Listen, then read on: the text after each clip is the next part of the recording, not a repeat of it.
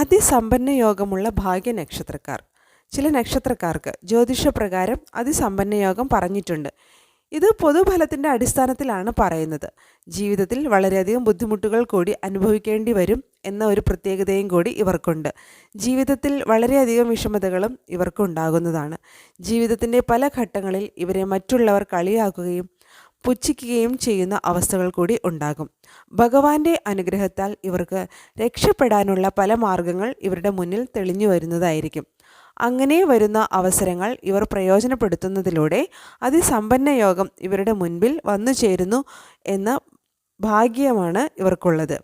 ആ ഭാഗ്യ നക്ഷത്രക്കാർ ഭരണി, രേവതി, രോഹിണി, ആയില്യം, മൂലം, തൃക്കേട്ട, അനിഴം ഇവരാണ് ആ ഭാഗ്യവാന്മാർ.